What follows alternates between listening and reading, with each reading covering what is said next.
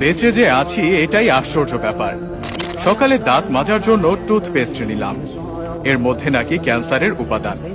নাস্তায় একটু পরোটা খেলাম, সেটাও আবার ভেজাল তেলে ভাজা। সুন্দর দেখে একটা কলা খেলাম, তাও আবার কার্বাইড দিয়ে পাকানো। চাঙা হওয়ার জন্য এক মগ কফি নিলাম, সেটাই নাকি কফির গুঁড়ো কম, তেঁতুল বীজের গুঁড়ো বেশি। কাঁচা বাজারে গেলাম টাটকা শাক সবজি কেনার জন্য, কিনবো কি, সব তো হাইব্রিড সার দিয়ে ফলানো। মশলা আর হলুদ গুঁড়ো নিলাম, ওতে আবার লেড আর ক্রোমাইড কেমিক্যাল মেশানো। সয়াবিন তেল দিয়ে রান্না করব, সেই তেলের অর্ধেকই নাকি পাম অয়েল মেশানো।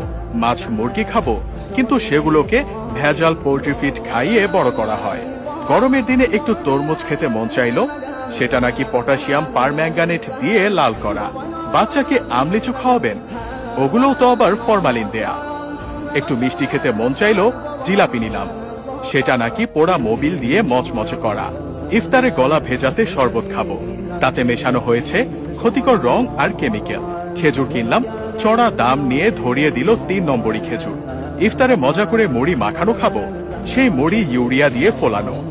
সরিষার তেল দিয়ে মাখিয়ে খাবো ভেবেছিলাম, সেই তেলেও তো ভেজাল। সুন্দর দেখে বড় বড় পেঁয়াজও কিনেছিলাম, খেয়ে মনে হলো বড়া খাচ্ছি। আলুর চপে আলুর নামগন্ধ নেই, বেগুনিতে বেগুন খুঁজে পেলাম না।